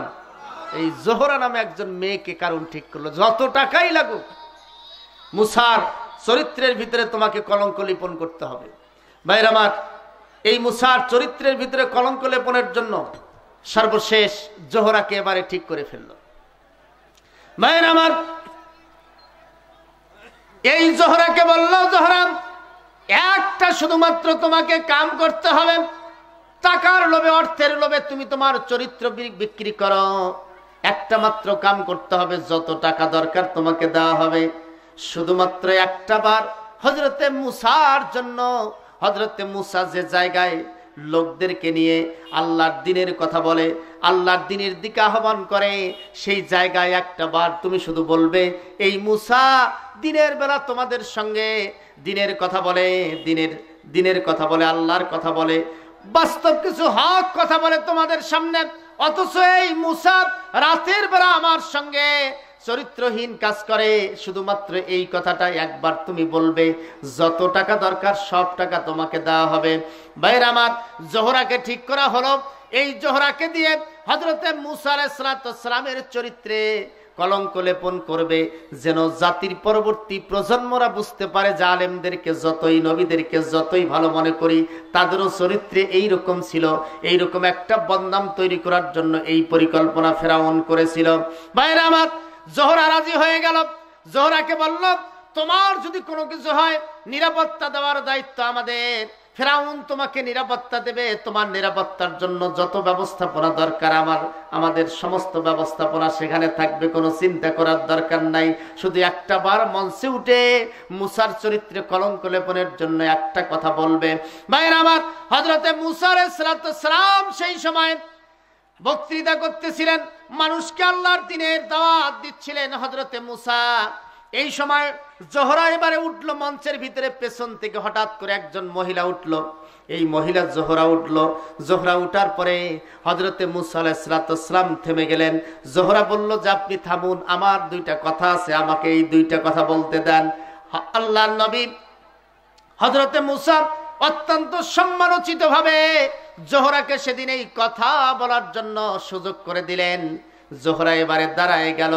জোহরা দাঁড়ায় জাতির লোকদের উদ্দেশ্যে, যাদের কাছে হযরতে মূসা দ্বীনের দাওয়াত দিচ্ছিলেন, সেই সমস্ত লোকদের সামনে হযরতে মূসা আলাইহিস সালামের চরিত্রে কলঙ্ক লেপনের জন্য বলল, হযরতে মূসা, তোমরা যার আজকে কথা শুনতেছ, তোমরা তোমাদেরকে আজকে যে দিনের দাওয়াত দিচ্ছে এই লোকটা মুসা দিনের বেলা তোমাদেরকে আল্লাহর দিনের কথা বলছে যে লোকটা, এই লোকটা হলো মুসা। এই মুসা হযরতে মুসা আলাইহিস সালামের নাম নিয়ে মুসার বিরুদ্ধে যখন কথা বলতে যাবে, আল্লাহ রাব্বুল আলামিন হযরতে জিবরিলকে বললেন, জিবরিল রে, এই নারী তার অপবিত্র মুখ দিয়ে আমার নবী মুসা আলাইহিস সালামের চরিত্রে কলঙ্ক লেপন করতে চায়। আমার নবীর নামটা যেন সে মুখ দিয়ে উচ্চারণ করতে না পারে, এজন্য তার জবানটাকেই বন্ধ করে দাও। বলেন সুবহানাল্লাহ। ভাইরা আমার, এবারে জোহরা হযরতে মুসার নাম উচ্চারণ করতে পারতেছিল না, শুধুমাত্র মু মু শব্দ বলতেছিল। এই মু শব্দ উচ্চারণ করেছে, এর বেশি আর কোনো কথাই তার মুখ দিয়ে বের হচ্ছে না। দীর্ঘ সময় ধরে জোহরা চেষ্টা করলো হযরতে মুসার নামটা মুখে আনার জন্য, কিন্তু মুসার নামটা উচ্চারণ করতে পারতেছিল না। জোহরা এবারে বুঝতে পারলো সমস্ত ভাষা তার জিহ্বা থেকে হারায় যাচ্ছে, কোনো ভাষাই তার আর মনে থাকতেছে না। এইটা জোহরা বুঝতে পেরে সে অনুতপ্ত হয়ে গেল যে আমি একজন ভালো মানুষের চরিত্রে কলঙ্ক লেপন করেছি, নবীর চরিত্রে কলঙ্ক লেপন করেছি। আল্লাহর গজব আমার উপরে শুরু হয়েছে। বাস্তব দৃষ্টান্ত, বাস্তব দৃষ্টান্তে আমি আজকে জনগণের কাছে ধরা খেয়ে গেছি। আল্লাহর গজব যে আমার উপরে হয়েছে। দীর্ঘ সময় ধরে শুধুমাত্র মু শব্দ বলতেছে, মুসার নাম বলতে পারতেছে না। দীর্ঘ সময় বলার পরে হযরতে মুসা আলাইহিস সালাম বললেন যে তোমার কি কথা আছে বলো না কেন?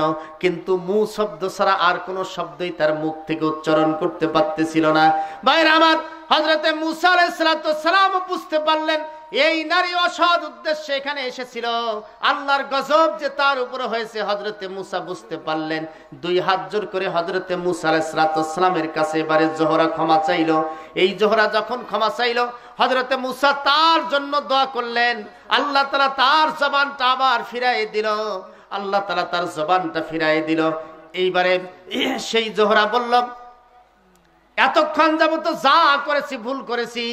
জোহরা এবারে দাঁড়ায় হযরতে মুসার পক্ষে, তার বিরুদ্ধে যে ষড়যন্ত্র করতেছে, কারণের মাধ্যমে ফেরাউন ষড়যন্ত্র করছে, এইটা এবার জাতির লোকদের কাছে সুস্পষ্ট করে দিল। বলেন সুবহানাল্লাহ। ভাইরা আমার, এরকম কলঙ্ক লেপনের কাজ এখনো আছে না নাই? আরো জোরে বলেন, আছে না নাই? আজকে হযরতে মুসা আলাইহিস সালাম পৃথিবীতে নাই। হযরত মুসার উত্তরসূরি পৃথিবীতে যারাই থাকবে। হযরতে মুসা আলাইহিস সালাম ছিলেন একজন নবী। আল উলামা ওয়ারাসাতুল আম্বিয়া। এই পৃথিবীতে একমাত্র আলেমরাই হচ্ছে নবীদের উত্তরসূরি।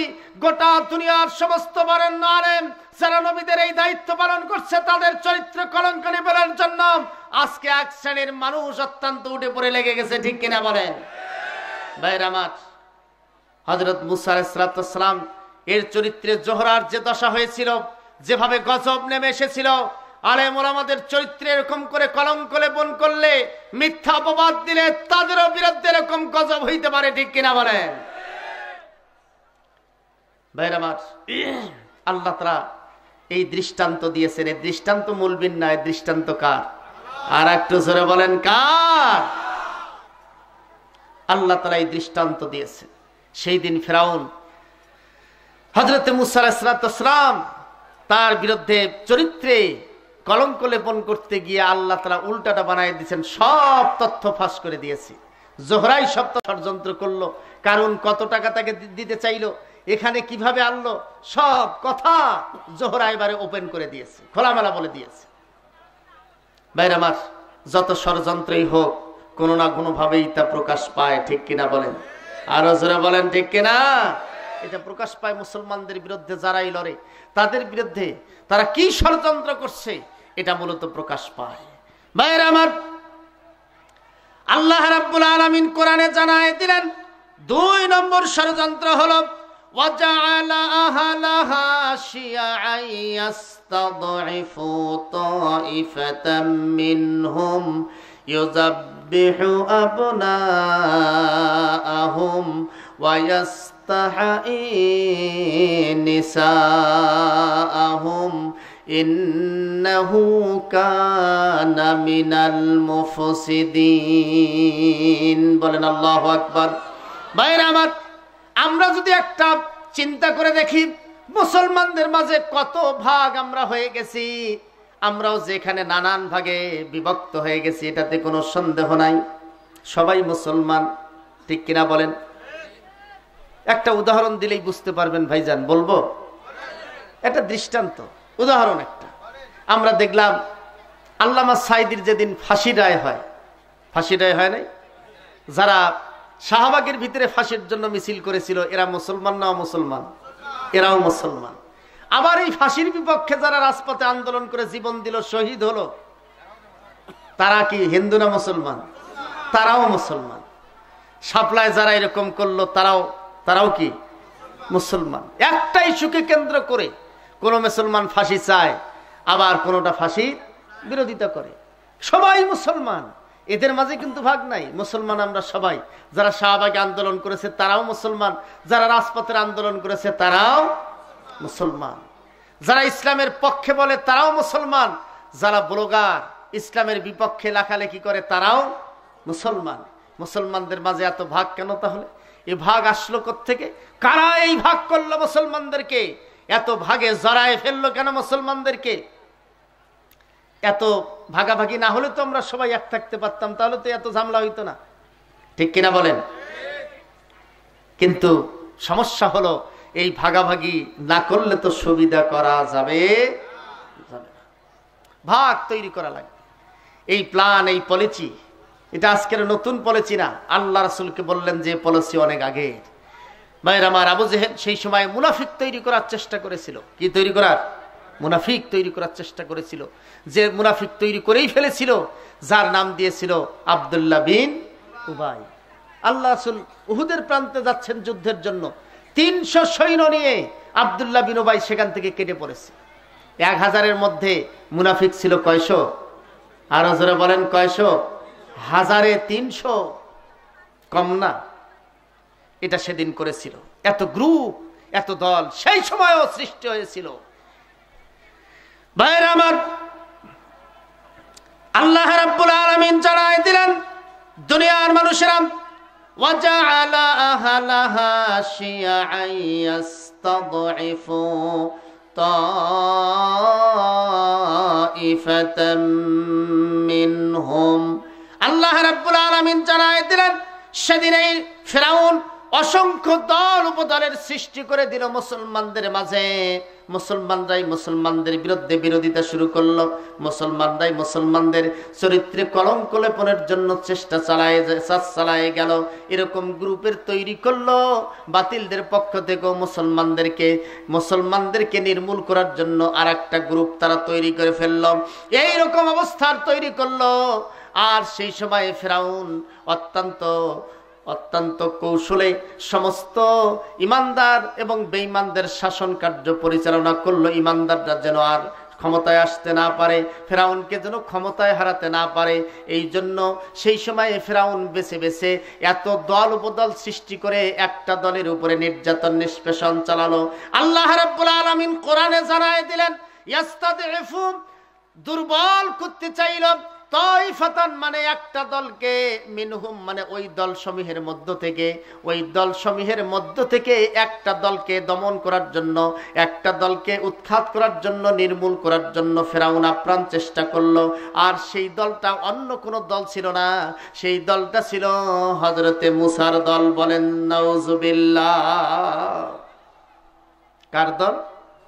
মুসার দলটাকে। তার বিরুদ্ধে ফিরাউন লেগে গেল। দল অনেকগুলি তৈরি হয়েছে, কিন্তু কারোর বিরুদ্ধে অ্যাকশন নাই। অ্যাকশন কার বিরুদ্ধে? মুসার দলের বিরুদ্ধে। ভাইরা আমার, মুসার দলের বিরুদ্ধে অ্যাকশন। কারণটা হলো মুসাই একমাত্র তাওরাত কিতাব নিয়ে এসেছে। কি কিতাব? তাওরাত কিতাব নিয়ে এসেছে। সেই তাওরাত প্রতিষ্ঠিত করতে চায় হযরতে মুসা। এই তাওরাত হযরতে মুসা আলাইহিস সালাম প্রতিষ্ঠিত করতে চায়। এ কারণেই হযরতে মুসার দলের উপরে এবারে নিপীড়ন শুরু হলো, জুলুম শুরু হলো। এত জুলুম, এত নিপীড়ন হয়েছে, যেটার থেকে বারংবার আল্লাহ তাআলা সতর্ক করেছেন, কিন্তু সেই সতর্ক তারা মানে নাই। মেনেছে? মানে নাই।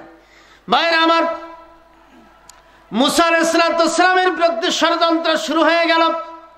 এই দলটাকে যেভাবেই হোক দমাতে হবে। অন্যান্য যারা আছে তাদেরকে তারা ক্ষতিকর মনে করে নাই।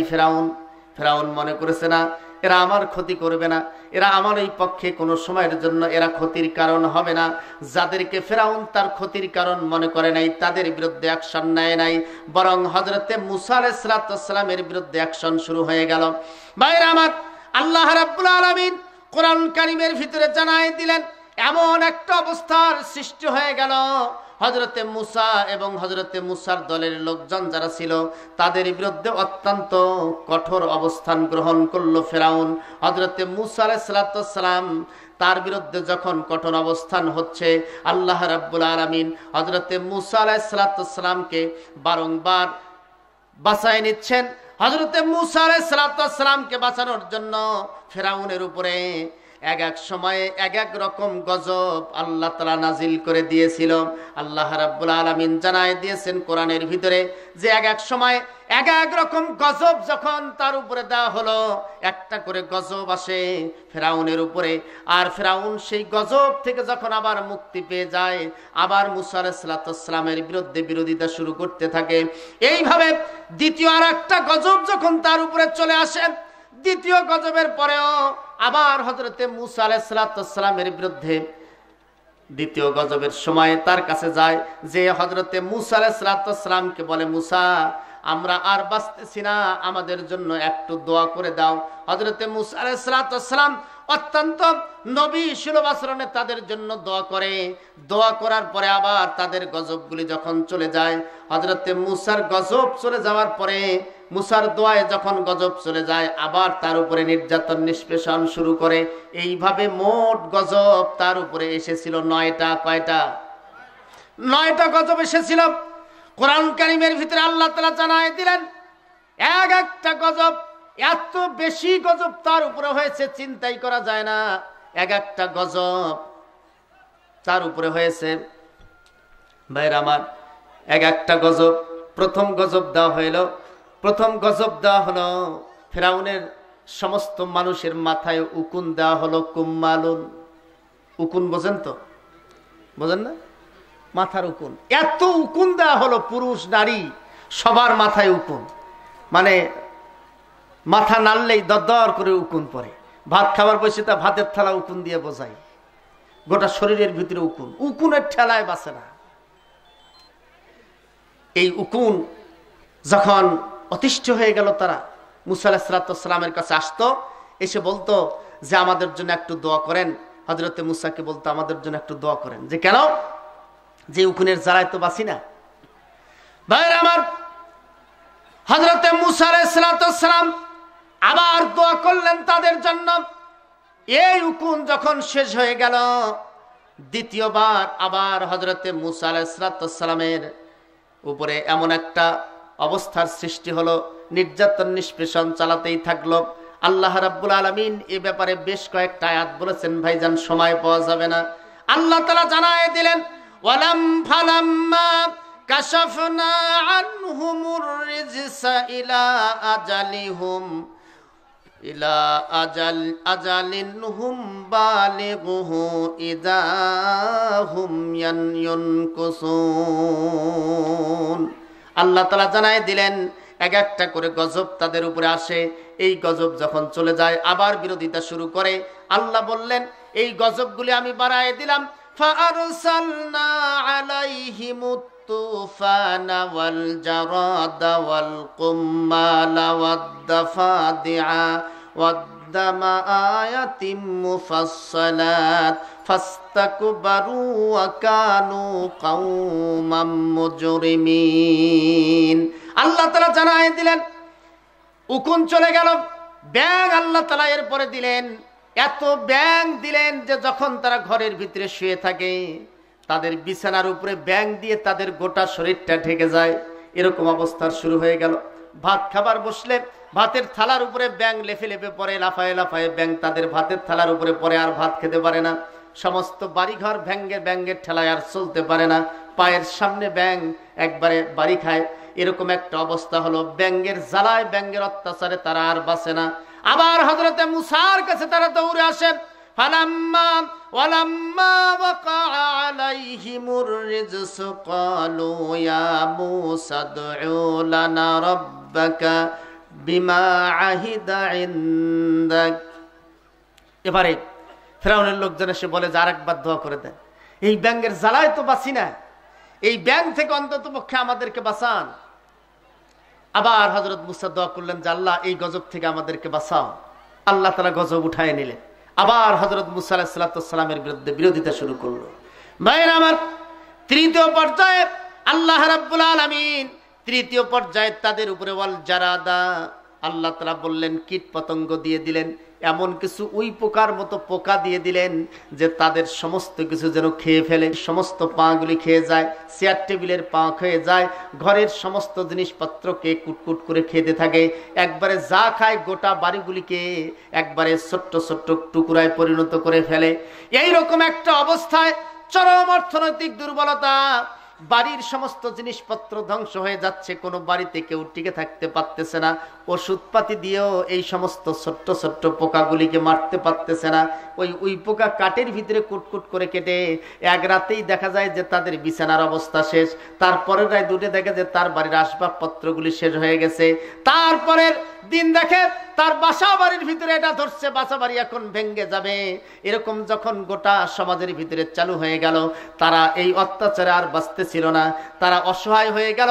হযরতে মুসার কাছে এসে বলল, মুসা আর একটা বার দোয়া করো, এইবার যদি তুমি দোয়া করো আর এই বিপদ যদি আমাদের কাছ থেকে চলে যায় তাহলে আমরা ঈমান গ্রহণ করব। আল্লাহ তাআলা জানায় দিলেন, লাইন কাশাফতা আন্নার রিজসা লানুমিনান্না লাকা ওয়ালা নুরসিলান্না মাআকা বানি ইসরাঈল। আল্লাহ তাআলা জানায় দিলেন, তারা এবার বারংবার এসে শপথ করে কসম করে হযরতে মুসার কাছে বলতে থাকে। হযরতে মুসা আলাইহিস সালাম আবার দোয়া করেন, এই গজব তাদের থেকে আবার চলে যায়। এরপরে আল্লাহ তাআলা তুফান দিয়ে দিলেন। এইরকম করে 9 প্রকার 9 ধরনের গজব আল্লাহ তাআলা তাদেরকে দিয়েছে সতর্ক করার জন্য। ভাইরা আমার, ঝড় হয়েছিল, সাইক্লোন হয়েছিল, টর্নেডো হয়েছিল, জাতির লোকদেরকে সতর্ক করার জন্য আল্লাহ রাব্বুল আলামিন মুসা আলাইহিস সালাম এবং ঈমানদারদের উপরে নির্যাতন নিষ্পেষণ চলছে, এইটার থেকে সতর্ক করার জন্য আল্লাহ তাআলা এরকম করে ঝড় তুফান দিলেন, টর্নেডো দিলেন, ভূমিকম্প দিলেন, এরকম অসংখ্য গজব তাদেরকে দিলেন। কিন্তু ফেরাউনের হুঁশ কখনোই ফিরে আসে নাই। এসেছে? ফেরাউন এটা উপলব্ধি করতে চায় না যে এটা গজব, এটা মানতেই চায় না। এরকম একটা অবস্থার সৃষ্টি হয়ে গেল। ভাইরা আমার, এরকম গজব যখন চলতেছেন, গজবটাকে কোনোই মনে করতেছে না। আল্লাহ তাআলা সর্বশেষ ফেরাউনের অবস্থাটা ভালো করে নাই, করেছে নাকি? এত সতর্ক করার পরেও যখন মানবে না, আল্লাহ তাআলা বলছেন সেই ফেরাউনকে সর্বশেষ জুবানি খেয়ে আল্লাহ মেরেছেন, সেই আল্লাহ এখনো আছে না নাই? আর একটু জোরে বলেন, সেই আল্লাহ এখনো আছে না নাই? যে আল্লাহ জাতির লোকদেরকে সেই সময় সতর্ক করার পরেও সতর্ক হয় নাই, ঈমানদারদের উপরে নির্যাতন নিষ্পেষণ করার কারণে গজব নামাইছিল, আল্লাহ সেই গজবকে গজব মনে করে নাই। সর্বশেষ আল্লাহ তাআলা সেই ফিরআউনকে পানিতে চুবানি খেয়ে মেরেছে। আল্লাহ সেই আল্লাহ এখনো আছে। আন্তর্জাতিক দুনিয়ার যারাই এভাবে ঈমানদারদের উপরে নির্যাতন নিষ্পেষণ চালাইছিল, ঈমানদারদেরকে দুর্বল করার জন্য চেষ্টা করেছিল, নির্মূল করার জন্য চেষ্টা করেছিল, সেই হোসনে মোবারকের পাওয়ার আর মিসরের ভিতরে নাই, সেই শাহ রাজা শাহ পাহলবীর পাওয়ার আর ইরানের ভিতরে নাই। সেই সমস্ত ব্যক্তিদের পাওয়ার আল্লাহ তাআলা খতম করে দিয়েছে, তাদের উপরে গজব দিয়েছে আল্লাহ তাআলা। এরকম করে তারা খতম হয়েছে। ভাইরা আমার, আল্লাহ রাব্বুল আলামিন জানায় দিলেন, মোট পরিকল্পনা করেছিল 5টা। কয়টা? আরো জোরে বলেন, কয়টা? মোট 5টা পরিকল্পনা করেছে। এই 5টা পরিকল্পনার কয়টা গেল? কয়টা গেছে? একটা হলো ইন্না আলা ফিরআউনা ফিল আরদে, জনসমর্থন ছাড়াই রাষ্ট্রীয় ক্ষমতায় গিয়েছে ফেরাউন। 2 নম্বর হচ্ছে ওয়া জাআলা আহলাহা শিয়া, তার জাতির লোকদেরকে, ঈমানদারদেরকে বিভিন্ন ভাগে ভাগ করে ফেলেছে। 3 নম্বর হচ্ছে ইয়াস্তাদিফু তাইফাতাম মিনহুম, তাদের মধ্য থেকে দুর্বল যে গ্রুপ, সেই দুর্বল গ্রুপটাকে, ইমানদার গ্রুপটাকে দুর্বল করার জন্য নির্যাতন নিষ্পেষণ চালাইছে। ঠিক কিনা বলেন? আল্লাহ রাব্বুল আলামিন জানায় দিলেন সেই সময়ে ইমানদারদের উপরে তিন প্রকার নির্যাতন নিষ্পেষণ করেছে। ওয়াইদ ইয়ামকুরু বিকাল্লাযীনা কাফারু লিয়ুসবিতুকা আও ইয়াকতুলুকা আও ইউখরিজুক ওয়া ইয়ামকুরুনা ওয়া ইয়ামকুরুল্লাহ ওয়াল্লাহু খায়রুল মাকিরিন। বলেন আল্লাহু আকবার।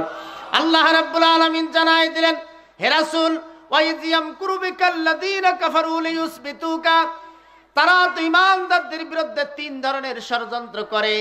একটা হলো ইমানদারদেরকে বন্দী করে রাখে, জেলখানার ভিতরে পুরায় রাখে। এই জেলখানায় বন্দী করে রেখে ইমানদারদেরকে দমানোর জন্য একটা চেষ্টা করে। 2 নম্বর আও ইয়াকতুলুকা, ইমানদারদেরকে হত্যা, গুম, খুন করে তাদেরকে দমানোর চেষ্টা করায়। আর 3 নম্বর হলো আও ইউখরিজুকা, তাদের নাগরিকত্ব বাতিল করে দেশ থেকে তাড়ানোর এক ষড়যন্ত্র করে। এই 3টা ষড়যন্ত্র মুসলমানদের বিরুদ্ধে অতীতেও হয়েছে। হে রাসূল, তোমার বিরুদ্ধে হবে, কিয়ামত পর্যন্ত তোমার উম্মতের বিরুদ্ধে চলবে। এই 3টা ষড়যন্ত্র এখনো আছে না নাই? আর একটু জোরে বলেন, আছে না নাই? এই 3টি ষড়যন্ত্র আছে। 1 নম্বর ষড়যন্ত্রের কথা আল্লাহ বলছেন, লিয়ুসবিতুকা, ইমানদারদেরকে তারা জেলখানায় পুরে মারার ষড়যন্ত্র করবে। 2 নম্বর হচ্ছে আও ইয়াকতুলুকা, তাদেরকে হত্যা, খুন, গুম করার ষড়যন্ত্র করবে। আর 3 নম্বর হলো আও ইউখরিজুকা, তাদের নাগরিকত্ব বাতিল করবে, দেশ থেকে বাইর করে দেওয়ার ষড়যন্ত্র করবে, যেটা আজকে আরাকানের মুসলমানদের বিরুদ্ধে করা হচ্ছে। লক্ষ হাজার হাজার আরাকানের মুসলমানদেরকে দেশ থেকে আজকে তাড়ায় দেওয়া হচ্ছে। কাশ্মীরের মুসলমানদেরকে আজকে হত্যা করা হচ্ছে। মিশরের মুসলমানদের উপরে জুলুম, জেল চাপানো হয়েছে। এক মিশরের ভিতরে 40,000-এর মতো মামলা চাপায় দিয়েছে। লক্ষ লক্ষ মুসলমানকে এখন পর্যন্ত জেলখানার ভিতরে বন্দী করে রেখেছে। ভাইরা আমার, এই ষড়যন্ত্র অতীত হয়েছিল। এখনো আল্লাহর দ্বীনের কথা বললে, নবীদের পক্ষে থাকলে, কোরআনের কথা বললে, কোরআনের আইন চাইলে, এই ষড়যন্ত্র এখনো আছে না নাই? আরো জোরে বলেন, আছে না নাই? এই ষড়যন্ত্র এখনো চলছে। গোটা পৃথিবীতে এই ষড়যন্ত্র হবে, আসবে এখন। ভাইরা আমার, এই ষড়যন্ত্র অতীত হয়েছে, এখনো হবে। ভাইরা আমার, আল্লাহ রাব্বুল আলামিন জানায় দিলেন, ইমানদারদের বিরুদ্ধে যখন ষড়যন্ত্র হয়, ফিরাউন ষড়যন্ত্র করেছিল, আল্লাহ রাব্বুল আলামিন ওই ফিরাউনের ঘরে একজন ইমানদার তৈরি করে দিয়েছেন। বলেন সুবহানাল্লাহ। সেই লোকটা হচ্ছে ফিরাউনের স্ত্রী, যার নাম হলো আসিয়া। কি নাম? আসিয়া, বিবি আসিয়া। ফিরাউন আল্লাহর দ্বীন উৎখাতের জন্য চেষ্টা করছে। আবার বিবি আসিয়া, তার স্ত্রী, আপন স্ত্রী, ঘরের বউ, দীর্ঘদিন যাবত যার সঙ্গে দাম্পত্য জীবন করেছে, দীর্ঘদিন যাবত যার সঙ্গে ঘর সংসার করেছে, সেই বিবি আসিয়া হযরতে মূসা আলাইহিস সালামের দ্বীন গ্রহণ করে ফেলেছে। বলেন সুবহানাল্লাহ। ভাইরা আমার, হযরতে মূসা আলাইহিস সালামের দ্বীন শুধু গ্রহণ নয়, মূসার প্রতি ঈমান এনে এত বলিষ্ঠ ঈমান বিবি আসিয়া এনেছে, ফিরাউন 1, 2, 3 করে তার কানে চলে গেল যে তার আপন স্ত্রী, যার সঙ্গে দীর্ঘদিন যাবত দাম্পত্য জীবন করেছিল, তার সংসার চালাইছে এতদিন যাবত, এখন তো বয়স হয়ে গেছে দুইজনেরই। এই বয়সে সে তার আপন স্ত্রী আসিয়া আল্লাহর দ্বীন গ্রহণ করেছে, মূসার দ্বীন গ্রহণ করে ফেলেছে। বিবি আসিয়াকে নিয়ে আসা হলো। বিবি আসিয়াকে আনার পরে বিবি আসিয়াকে জিজ্ঞেস করলো, আসিয়া, তোমার সঙ্গে দীর্ঘদিন যাবত দাম্পত্য জীবন যাপন করলাম, আমার সংসারে তো কোনো অভাব নাই, তুমি এতদিন যাবত রানী হিসাবে, এই রাজদরবারে রানী হিসাবে তুমি ছিলে, আমি যতদিন পর্যন্ত পাওয়ারে ছিলাম তুমি রানীর দায়িত্ব পালন করেছ, এত বড় সম্মান মর্যাদার অধিকারী, এত বড় অর্থ সম্পদ, আমাদের কোনো অভাব নাই, তারপরেও তুমি মূসার ধর্ম গ্রহণ করলে কেন? তোমাকে মূসার ধর্ম বাদ দিতে হবে। হযরতে আসিয়া এবারে বললেন, স্বামী, আমি এতদিন যাবত না বুঝেই তোমার দিন গ্রহণ করেছিলাম, এখন তোমার দিনকে বাদ দিয়ে মূসার দিন গ্রহণ করে ফেলেছি। আমার প্রাণটাও যদি চলে যায়, তারপরেও মূসার দিন থেকে এক চুল পরিমাণ আমাকে কেউ সরাতে পারবে না। বলেন সুবহানাল্লাহ। বারংবার চাপ দেওয়া হলো বিবি আসিয়াকে। আল্লাহ রাব্বুল আলামিন কোরআনে জানায় দিলেন, ওয়াদারাবাল্লাহু মাসালান লিল্লাযীনা আমানু মুরআতা ফিরআউন ইয ক্বালাত রাব্বি ইবনি লি ইনদাকা বাইতান ফিল জান্নাহ ওয়া নাজ্জিনি মিন ফিরআউনা ওয়া আমালিহি ওয়া নাজ্জিনি মিনাল কওমিজ জালিমিন। বলেন আল্লাহু আকবার। আল্লাহ রাব্বুল আলামিন জানায় দিলেন, ওয়াদারাবাল্লাহু মাসালাল লিল্লাযীনা ইমরাআতা ফিরআউন লিল্লাযীনা আমানু ইমরাআতা ফিরআউন। আল্লাহ রাসূলকে আল্লাহ তাআলা জানায় দিলেন, হে রাসূল, আমি তোমার কাছে দৃষ্টান্ত উপস্থাপন করতে চাই ফিরআউনের স্ত্রী, যে ফিরআউন আজীবন পর্যন্ত আল্লাহর দ্বীনের বিরোধিতা করলো। সেই ফিরআউনের ঘরেই আল্লাহ রাব্বুল আলামিন ঈমান ঢুকায় দিয়েছেন, তার স্ত্রী ঈমানদার হয়েছে। এবারে আসিয়া তার স্বামীকে বলল, আমার জীবনটা যদি চলে যায়, আমার প্রাণটা যদি চলে যায়, তারপরেও আল্লাহর দ্বীন আমি ত্যাগ করব না, আল্লাহর দ্বীন গ্রহণ করেছি, এটা আমি বাদ দিতে পারবো না। ফিরআউন এবারে তার পরিষদবর্গকে ডাকলো, কি করা যাবে এইটা সিদ্ধান্ত নেওয়ার জন্য। সবাই তাকে পরামর্শ দিল, মহারাজ আপনি এমন একটা সিদ্ধান্ত গ্রহণ করেন যে সিদ্ধান্তের কারণে গোটা দেশের ভিতরে প্রচার হয়ে যাবে যে একমাত্র রানী যে ছিল, সেই রানীর উপরে যে নির্মম নির্যাতন করেছে আল্লাহর দ্বীনের জন্য, আমরা যদি আল্লাহর দ্বীন গ্রহণ করি এর চেয়েও বেশি নির্যাতন নিষ্পেষণ হতে পারে। যার কারণে ফিরআউন এবারে তাকে পরামর্শ দেওয়া হলো, নির্মম নির্যাতন করে সেই আসিয়াকে মারতে হবে। ফিরআউন নির্মম নির্যাতন পথ বেছে নিল।